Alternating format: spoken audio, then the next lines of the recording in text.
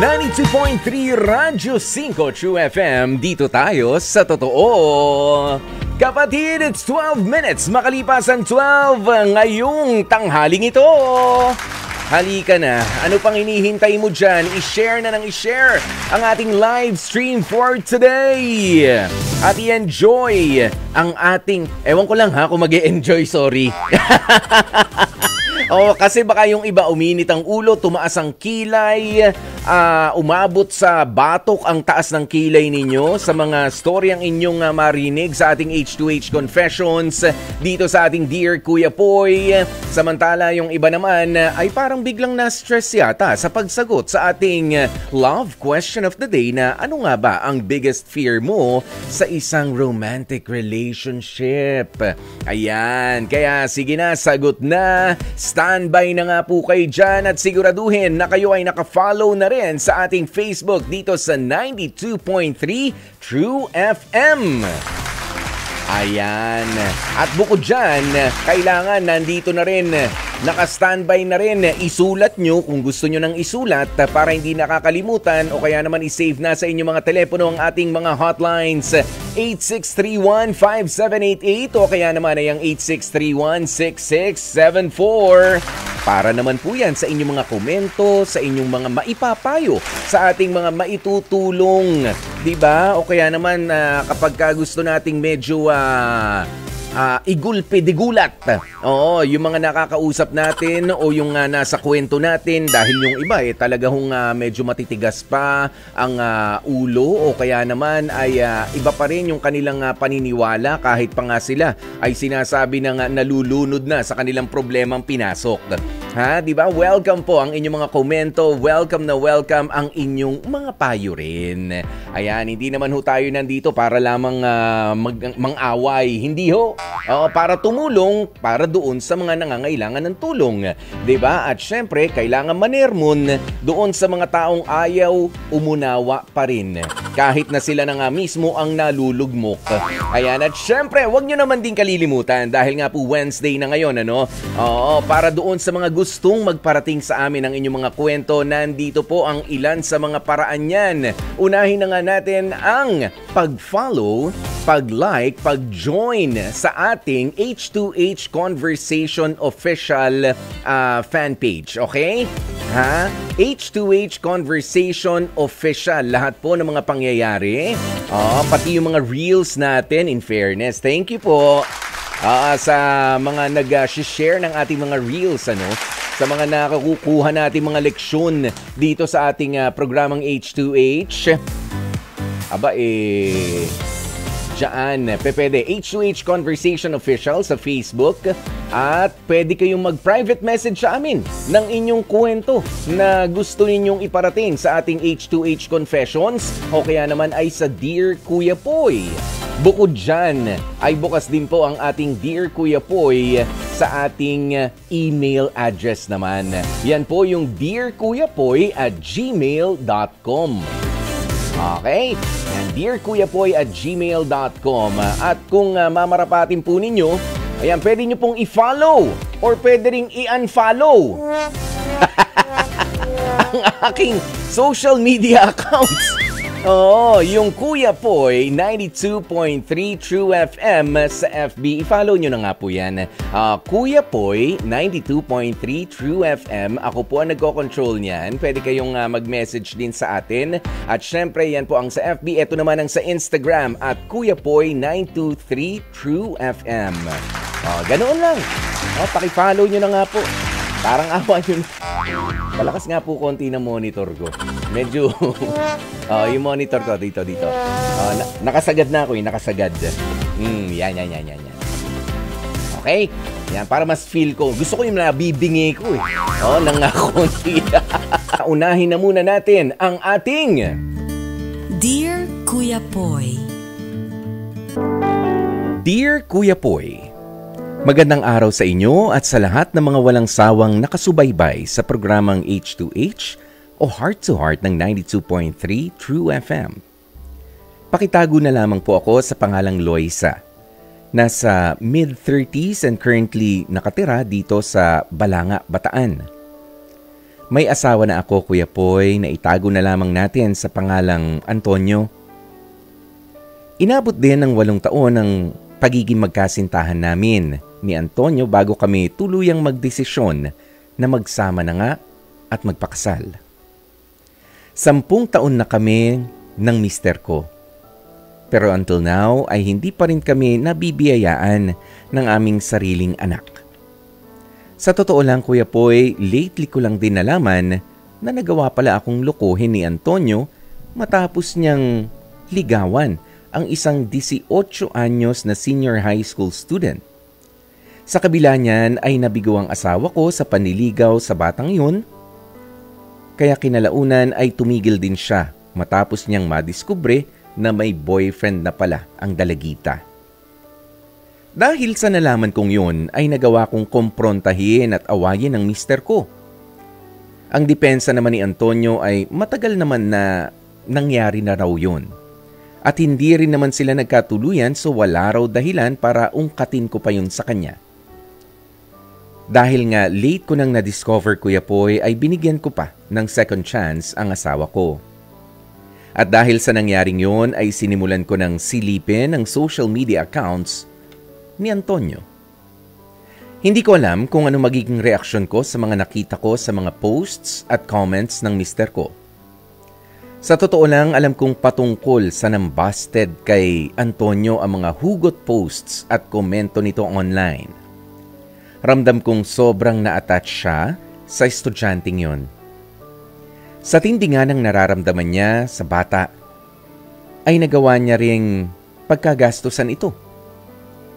Noong nakaraang buwan na lang, huminto ang husband ko sa pag-i-stalk sa account ng dalagitang bumasted sa kanya.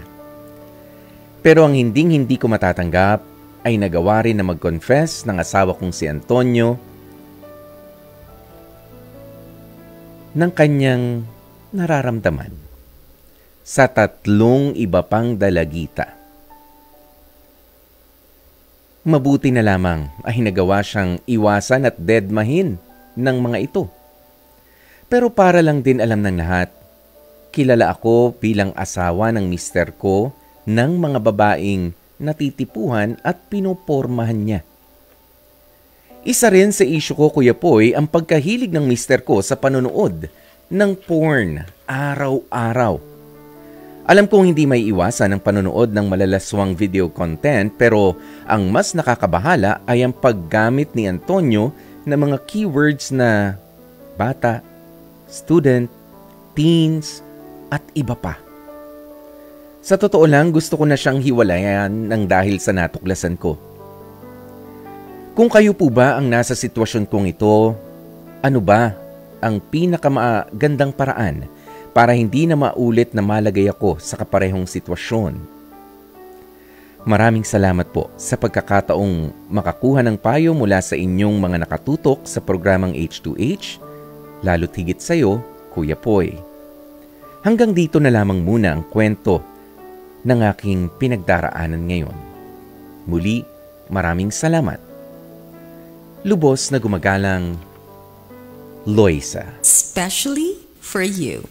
At yan na nga napakinggan natin kani-kanina, no? Ang kwento nitong si Loisa tungkol sa kanyang asawa na si Antonio. Mag-asawa na sila for 10 years at itong si Antonio ay nahilig sa panonood ng mga pornografiya o yung mga adult materials.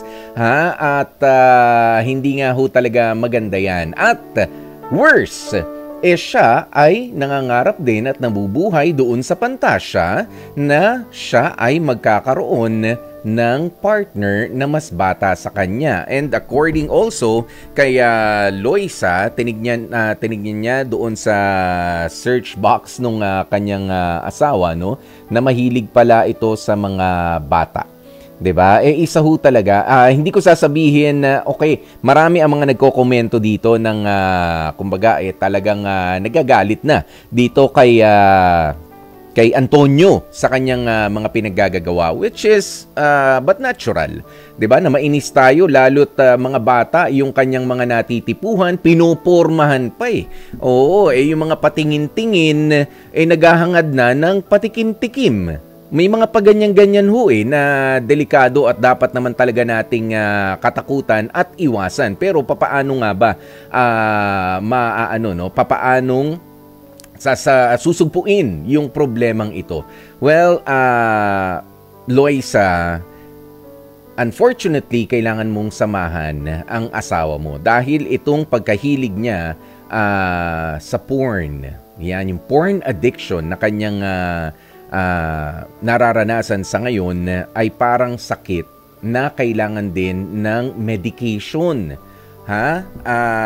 Pero bago tayo magpatuloy dyan, basahin muna natin ang ilan sa mga mensahe na pwede kong basahin. Yung iba kasi galit na galit. Dito kay Antonio, sabi ni Gail Enriquez, kakaiba rin talaga itong si Antonio, mahilig sa mga youngsters. Si Andeng Bongo naman, in other words, ay parang nauulol si Antonio, parang aso lang. Ayan, hello kay Teresa Gray Balanon, magandang tanghali sa inyo. Si Moonray, sabi niya, baka pinabayaan mo na ang sarili mo, Loisa, kaya naghahanap na ng iba itong si Mister. Ito pa, yung iba. Kilabutan ka naman, Antonio, sa mga pagnanasa mo sa mga kabataan. Sabi ni Remy Basco, siguro Loisa, mag-usap kayo ng asawa mo, bigyan mo siya ng oras para makapag-explain sa'yo, para malaman kung bakit, anong dahilan, bakit bata ang gusto niya at kakilala pa. Baka kulang kayo sa communication na mag-asawa. Ayan. Actually, marami ho talagang pwede na maging dahilan ang ganitong klase ng kondisyon. Pero yan po ay sakit na hindi katulad ng lagnat na inuman mo lang ng paracetamol, gagaling ka na in a few minutes time, in a few hours time, ipapahinga mo lang. Ang porn addiction ay para din pagkahilig po yan sa paninigarilyo, sa pag-inom ng alak, and worse, doon nga sa droga. Wala akong pinagkaiba yan. Addiction ay addiction pa rin. Pero dito nga, kaya nga napasulat na sa atin si Loisa dahil meron ng mga relationship problems na kine-create itong porn addiction ng kanyang asawa. Pwedeng ano po yan pwede kasing maging outlet lamang yung pagkahilig niya dyan sa kanyang sexual dissatisfaction din. Ayan, kaya Loisa, alam ko na nagalit ka na. Alam ko na kinausap mo na yung asawa mo, pero mas kailangan nyo ngayon ay kumalma at alamin ano ba yung kulang o ano ba yung sobra naman doon sa mga nangyayari sa inyo bilang mag-asawa. Kumusta ba kayo sa ibabaw ng kama? Baka naman doon kasi sa 10 years na inyong pagsasama nitong si Antonio, lagi na lamang siyang natatanggihan. Maaring pwedeng hindi na rin kayo nag-explore na mga bagong pwede ninyong gawin kapag mga intimate moments ninyo. Ganyan, i-rediscover nyo yan.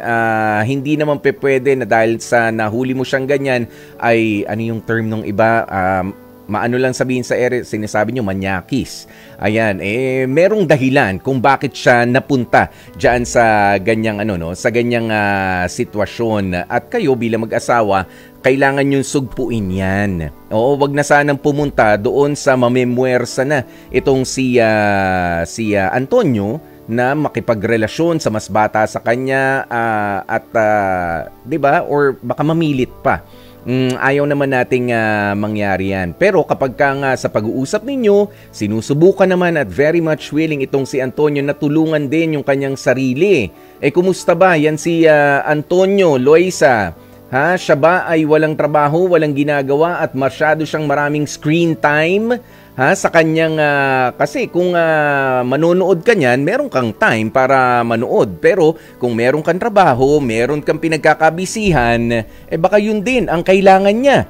Hindi kayo kinukulang sa sexy time. Siya ay sumosobra sa vacant time, kung saan niya ilalaan yung kanyang enerhiya, kung saan niya ilalaan yung kanyang screen time. Yun ang mga i-suggest mo dyan sa asawa mo na hindi porn ng porn yung pinanonood. Bakit hindi ka manood ng mga kung halimbawa wala kang gawa sa buhay, yung mga maliliit na mga business, yan yung mga aralin mo o kaya yung mga makapag-pa-improve sa sarili mo, i-suggest mo yan sa kanya ng mahinahon, nang hindi naman kailangan na pagalit, para yun ang ang fini-feed niya sa kanyang utak. Ayan. Pero kapag hindi talaga kakayanin na kayo lang dalawa ang kina-counsel ang isa't isa, Loisa, ay pwede rin naman kayo doon pumunta sa mga counseling. Ayan, yung mga marriage encounter sa mga simbahan. Meron mga ganyan. Pwede rin naman na you go and visit a psychiatrist. Yan, espesyalista para makalkal talaga kung saan nanggagaling itong pagkahilig ni Antonio diyan sa kanyang porn addiction. Yan, sa kanyang pagkalugmok diyan. Maalis yan. Feeling ko makakaalis siya diyan. It's just a matter of time at kailangan tama lang rin yung atensyon na ibibigay natin sa kanya. Hindi galit ang magpapagaling sa ganyang sakit kundi pag-unawa at yung hindi mo pag-iwan sa tabi niya ng agad-agad. Tulungan mo yung asawa mo. May oras pa para maligtas siya dyan. I-suggest mo yung mga bagay na napag-usapan natin. Ayan, maraming salamat, Loisa, sa lakas ng loob. Bagaman talaga nakakahiya na malaman ng ibang tao at nakakagalit na malaman mo sa sarili mo na ang asawa mo ay porn addict at nanliligaw pa sa mga mas bata, nakakilala nyo mismo, mas maigi na yun na nagsumbong o nalaman mo na dumidiskarte na siya sa mga bata because he is now confused with reality versus fantasy. Yun na yung epekto sa kanyang utak. Porn is just a fantasy. Ang realidad, ikaw ang karelasyon niya at nandun yung tamang emosyon na pinagbubuhusan niya dapat. Doon siya dapat nag-i-invest, hindi doon sa pantasya na napapanood niya sa panonood ng pornografiya. Lilipat na muna tayo para sa ating H2H Confessions. Ang sabi ni Cara, wala siyang jowa pero nabuntis siya. Hindi naman pwedeng siya lang mag-isa. Iyan nga po ay matapos nating malaman na merong ka-situationship si Cara na si alias Ryan. Pero wala naman daw talagang romance na namamagitan sa kanilang dalawa hanggang sa ibabaw lamang ng kama ang setup nila. Yun nga lang, ang akala rin ng mga magulang nitong si Cara at ni Ryan din ay magjowa nga po sila. Hanggang ngayon, nalalabuan pa rin daw si Cara sa kung ano nga bang sistema ang gagawin nila, lalo at meron ng batang involved sa kanilang situationship na pinasok noon. Cara, magandang tanghali sa'yo. Hello po, magandang hapon po, Kuya Boy. Oo, kumusta ba? Tama ba yung mga ikinuwento mo sa amin? May gusto ka bang idagdag o ibawas? Baka sumobra naman ako, di ba? Actually, Kuya po, hindi ko na kasi alam kung saan ako, kung sino yung makakausap ko about dito. Kasi, yun nga, sobrang, by the way, itong lalaking to, sobrang, hindi ko alam, sobrang may galit kasi ako sa kanya ngayon. Like, sobrang sinungaling niya, sobrang manipulative niyang lalaki. Kaya lang, alam mo yun, Kuya po, hindi ko alam kung ipagpapatuloy ko pa kasi napafall na ako sa kanya. Hindi ko ma-explain. Napafall ka ba sa kanya o nandun ka lang sa idea na sana samahan kanya ngayong buntis ka na at siya ang ama? Actually, yun nga, Kuya Poy, parang hindi ko alam kasi hindi ko ma-explain yung sarili ko kung parang gusto ko kasi siyang makasama na sana. Yeah. Habang buhay, kung pwede lang sana, kaya lang, alam mo yung Kuya Poy, parang wala siyang, sorry Kuya Poy. Okay, sige. Isa-isahin lang natin, Cara, ang pag-uusap. Kailan pa kayo naging magkakilala nitong tinago natin sa pangalang Ryan? Nakilala ko kasi siya sa Kuya Poy, sa isang BPO company, like, last year. Parehas kayo nagtatrabaho doon? Pero 1 year na kami magkakilala. 1 year na po kami magkakilala. Oo. At pumasok kayo doon meron ba siyang girlfriend doon? Ikaw, meron ka rin bang boyfriend? Wala po akong boyfriend, Kuya Poy. Wala rin siyang girlfriend that time kasi hindi naman ako yung babaeng pumapasok sa ganun na pag alam kong may girlfriend. Pero yun nga, Kuya Poy, parang... ba't hindi nyo pa inumpisahan ng mas maayos, di ba? Ba't hindi pa, bago kayo napunta sa kama, ibibigay ko muna sa iyo yung matamis kong oo, manligaw ko naman muna bago tayo maghabulan. Ayun nga, Kuya Poy, kasi that time kasi ayoko talagang pumasok sa relationship kasi hindi talaga ako into relationship, Kuya Poy. But now, parang ako yung parang nag-i-insist na sa kanya na parang, ano pa ba tayo? Parang ganun, Kuya Poy. Kasi, actually, alam na lahat Alam na ng mga friends ko, ng mga family ko. Pero wala talaga kami, formal na pagkakasunduan na kami talaga. Hindi kayo mag-boyfriend, hindi kayo mag-girlfriend, pero lagi kayo magkasama noon. Yes, exactly, Kuya Poy. I mean, isang tawag ko lang sa kanya, isang tawag niya lang sa akin. Mag-meet up kami and then ayun. Oo. At yung mga pagtawag-tawag na yun, hindi lang naman nauuwi sa kama lang. Meron yung wala lang, gusto mo lang makasama, gusto mo lang makausap, ganun ba yon?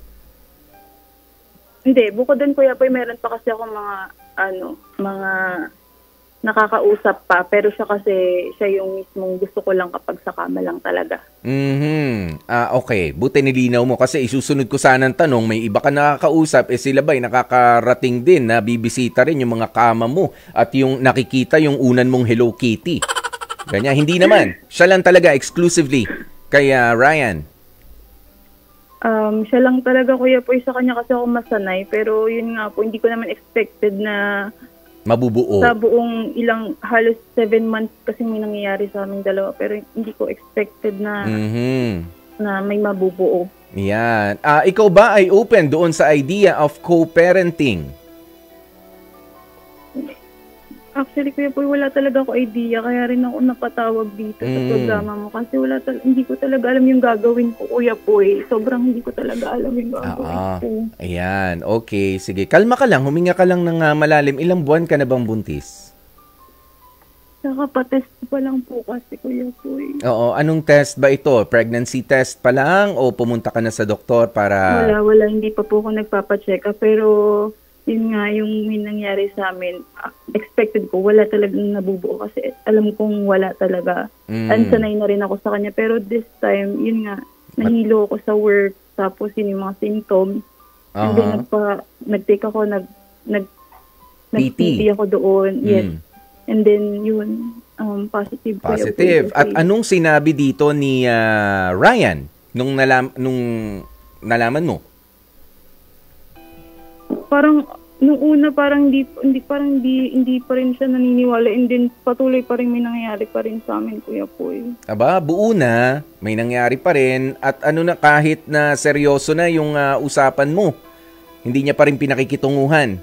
Hanggang ngayon po parang nalalabuan pa rin ako, Kuya Poy, kasi ayan, sabi mo kanina, galit ka dito kay Ryan. Pero kapag ba kayo ay nagkita at humiling siya na, sige na, humiga ka dyan, ako nang bahala, papayag ka na naman ba? Wala akong idea sa ngayon, Kuya po. Ang parang problema ko lang ngayon kung paano ba yung sitwasyon namin, kung pagpapatuloy ba namin. Alam mo, I can only guide you, 'di ba? I can only give you some options, 'di ba? Give you advice, pero sa kung ano ang gagawin ninyo, it should be a mutual decision between you and Ryan. Kaya nga tinatanong kita, ano yung pag-uusap ninyo? Seryoso, wala munang tanggalan dito ng damit, Ryan.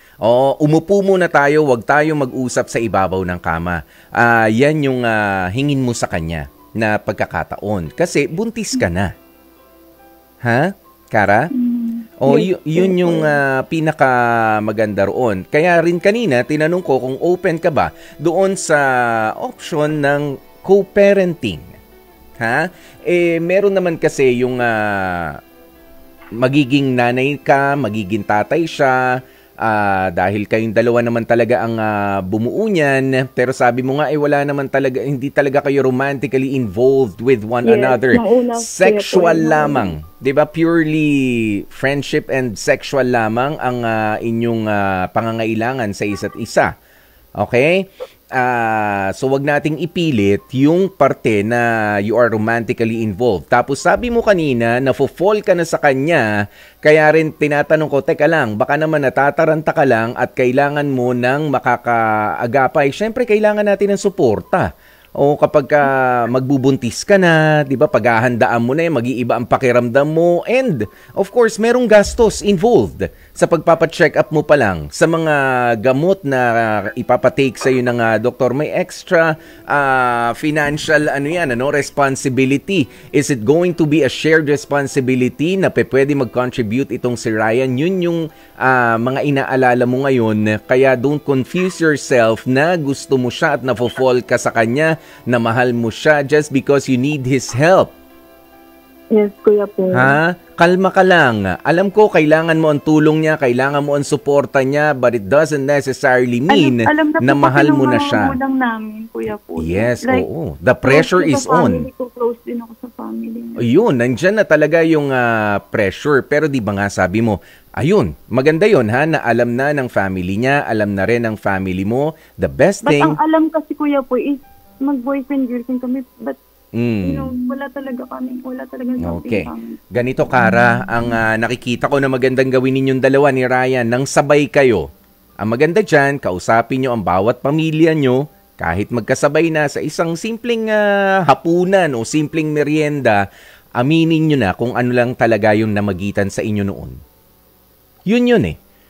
Kasi yung katotohanan na ikaw ay buntis, kailangan din segundahan ng isa pang katotohanan sa kung ano talaga yung namagitan lamang sa inyong dalawa. Ha? At kung meron mang magagalit sa kanila na yun lang pala, akala namin talagang gusto ninyo at magjowa kayong dalawa, may mga salita na hindi kayo magugustuhan, but that's the reality. Doon nag-umpisa yan, na kayo ay hindi naman talaga seryoso and exclusive para sa isa't isa. Tama? Yes po, Kuya po. Aminin nyo muna yan sa kanila, and then from there, hindi naman ako naniniwala. Dahil nga maganda naman siguro ang pinakisama mo doon sa pamilya niya at kay Ryan. Ha? Yes, Kuya po. Si Ryan ba maganda rin ang pinakisama at pinakita naman doon sa pamilya mo? Hindi kasi, actually, ang problema ko lang po talaga is si Ryan, Kuya po. Hindi ko alam paano niya ako paninindigan talaga. Yun lang talaga. Si Ryan eh. Si Ryan. Si Ryan? Si Ryan eh.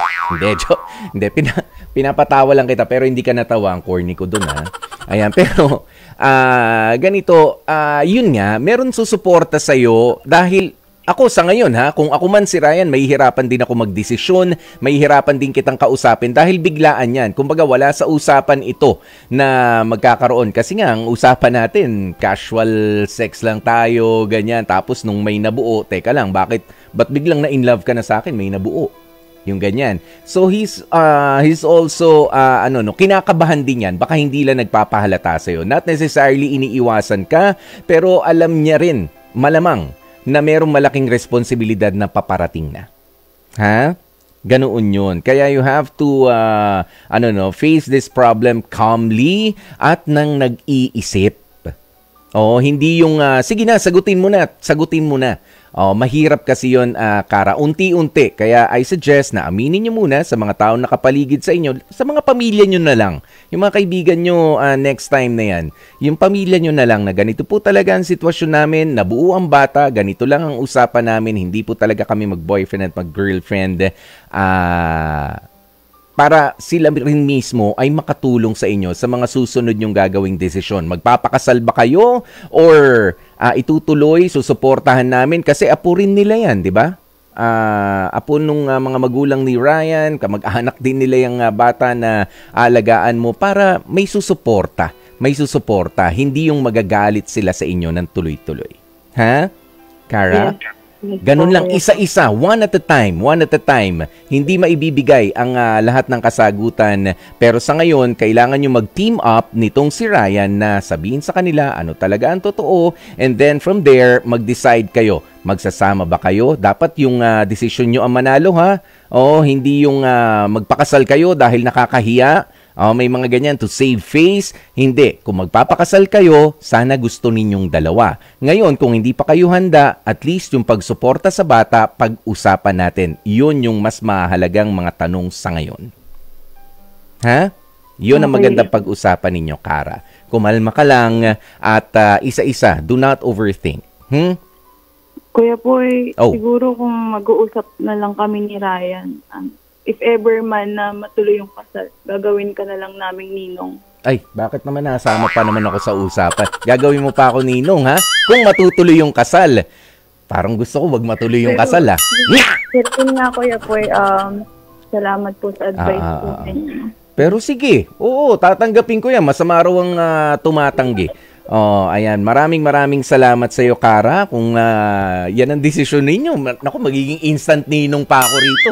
Sige. Basta galingan nyo. Ha? Ang pagpapaliwanag sa kanila. Wala. This is the moment of truth. Kailangan nyo nang sabihin sa kanila ang totoo nangyari. Pinagmulan yan. And kung mag-prosper sa pagpapakasal din naman, ang usapan na ito, congratulations sa inyo.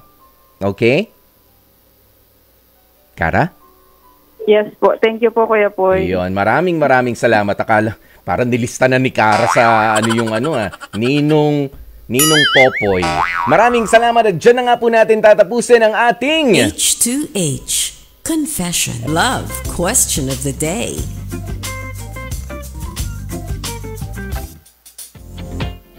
Ang ating love question of the day, ano nga ba ang biggest fear mo sa isang romantic na relasyon? Ito, sabi ni Yuthan Man. My goodness. Ayan, si Youth. Ayan, yung dumating yung oras o panahon. Bahala ka dyan. Ayan, si Maria Lourdes Nercua. Sabi niya, wala po, Popoy. Kasi sa dami ng pinagdaanan ko, hindi na ako takot na mawalan pa ng partner. Wag lang ng mga anak ko. Wag lang mga anak ko ang mawawala. Sabi naman ni Gail Enriquez, biggest fear ko if we won't work well despite ginawa mo na ang lahat. Ba't naman kasi mapanakit ang katanungan today? Bayan. Eto pa, si Sunshine Tolentino, sabi niya, for me, ang biggest fear ko po sa romantic relationship ay yung di pala totoo yung feelings namin sa isa't isa na we spent our time together for a very long period of time and yet we still don't know each other too well and kung saan pupunta ang relationship namin, yung walang progress kasi naghihintay lang pala kayo kung sino ang unang bibitaw. I guess, yan po talaga yung mga nakakatakot sa lahat. Thank you sa H2H. God bless.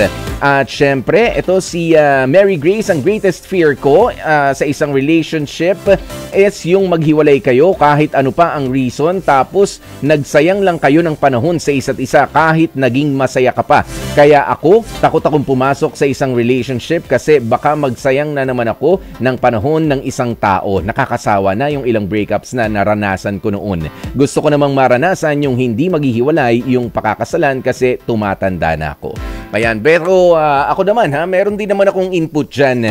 Ang biggest fear ko talaga sa isang romantic relationship ay yung kapag ka nagtanong ka kung saan kayo kakain at nagturo doon sa mamahaling restaurant at ikaw ang taya. Nakakatakot po yan, mga kapatid. Kaya maganda na ikaw mismo ay nakaplano ka na. Kung saan ka magyayaya. Kung ikaw ang taya. Ganoon. Pero maraming salamat nga po sa inyong mga kasagutan sa ating love question of the day. And of course, ang ating winner ng Sulit TV box for today ay si Remy Ibasco. Ang kanya pong komento o reaksyon ay galing sa Dear Kuya Poy. Thank you and congratulations, Remy Ibasco. Paano mga kapatid Alam ko medyo nabitin kayo sa oras. Bukas itutuloy na naman po natin ang ating pagsasama dito kung saan marami ang nagtatapat tuwing tanghaling tapat. 12:00 ng tanghali sa programang H2H Heart to Heart. Nakasama nyo nga po ang inyong lingkod. Ako po, si Kuya Poy, ang inyong Guwapopoy dito sa 92.3 Radyo 5 True FM. Dito tayo sa totoo.